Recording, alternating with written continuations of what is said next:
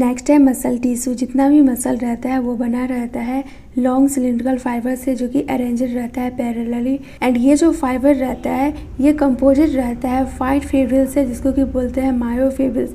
Muscle fibre contract होता है तो लेंथ शॉर्ट हो जाता है। जितना भी मोमेंट होता है सब में मसल्स का बहुत ही ज़्यादा इंपॉर्टेंट रोल रहता है।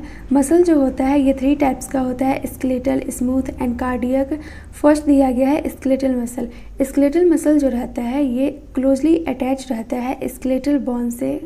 स्केलेटल मसल जो होता है इसमें ये स्ट्रेटेड मसल होता है, मतलब कि इसको स्ट्रिपेड बोल सकते हैं। एंड ये मसल पाया जाता है बाइसेप्स वगैरह में। मसल जो बना हुआ रहता है ये बहुत सारा मसल बंडल से मिलके बना हुआ रहता है। इस टाइप से मसल बंडल रहता है एंड इसके अंदर प्रेजेंट रहता है मसल फाइबर। एंड ये जो मसल बंडल रहता है एक दूसरे से कनेक्ट रहता है कनेक्टिव टिश्यू से। नेक्स्ट है smooth muscle fibre. Smooth muscle fibre जो होता है ये टेपर होता है बहुत एंड पे, इसलिए इसको फ्यूजिफॉर्म बोलते हैं। एंड इसमें कोई भी स्ट्रेशन वगैरह नहीं होता है।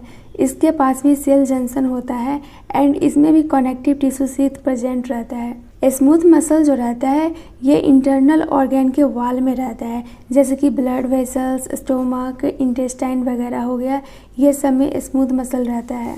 नेक्स्ट है cardiac muscle tissue. Cardiac muscle tissue जो होता है ये कॉन्ट्रैक्टाइल टिश्यू होता है एंड ये ओनली हार्ट में ही प्रेजेंट होता है। सेल जंक्शन का फॉर्मेशन होता है प्लाज्मा मेम्ब्रेन के फ्यूजन से।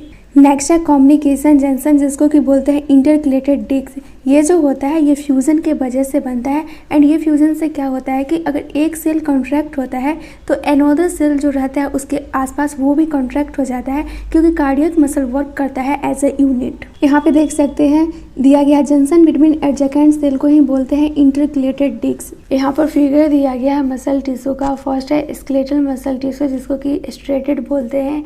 यहाँ पे देख सकते हैं ये रहा इसमें न्यूक्लियस एंड ये जो है ये है स्ट्रेशन। सेकेंड है स्मूथ मसल टिश्यू।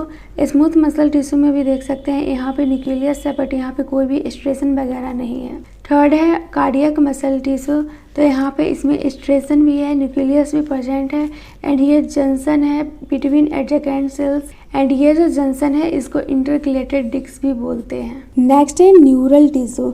न्यूरॉन्स जो होता है ये यूनिट होता है न्यूरल सिस्टम का एंड ये जो न्यूरॉन होता है ये एक्साइटेबल सेल होता है। तो यहाँ पे देख सकते हैं न्यूरल टिश्यू कंपोजिट रहता है न्यूरॉन प्लस न्यूरोग्लिया से। तो ये दिया गया डॉट टाइप का स्ट्रक्चर जो है ये है न्यूरोग्लिया एंड यहाँ पे जो ये बॉडी के बाहर है इस टाइप से इसको बोलते हैं डेंड्राइट एंड ये है सेल बॉडी एंड यहाँ पे न्यूक्लियस प्रेजेंट है एंड ये जो है इसको बोलते हैं एक्सॉन। तो इस लाइन में सिंपल बोला गया है कि न्यूरॉन को छोड़ के जितना भी रहता है वो न्यूरोग्लिया रहता है एंड न्यूरोग्लिया जो रहता है ये प्रोटेक्ट एंड सपोर्ट करता है न्यूरॉन्स को। न्यूरोग्लिया जो होता है ये बनाता है more than 1/2 volume neural tissue का हमारे बॉडी में। नेक्स्ट है ऑर्गेन एंड ऑर्गेन सिस्टम। जितना भी हमारे बॉडी में ऑर्गेन है वो बना रहता है 1 या मोर देन 1 टाइप के टिश्यू से। एग्जाम्पल में दिया गया है हार्ट एंड हार्ट में 4 टाइप का टिश्यू रहता है, epithelial, connective, muscular and neural. Complexity जो रहता है ऑर्गेन एंड ऑर्गेन सिस्टम में ये डिस्प्ले करता है सर्टेन डिस्क्रिमिनेबल ट्रेंड एंड ये डिस्क्रिमिनेबल ट्रेंड को बोलते हैं इवोल्यूशनरी ट्रेंड। नेक्स्ट है फ्रॉग। फ्रॉग रह सकता है लैंड पे भी एंड फ्रेश वाटर में भी। फ्रॉग का क्लास है एम्फीबिया, फाइलम है कॉर्डाटा एंड इसका मोस्ट कॉमन स्पीसीज पाया जाता है इंडिया में, वो है राना टिग्राना।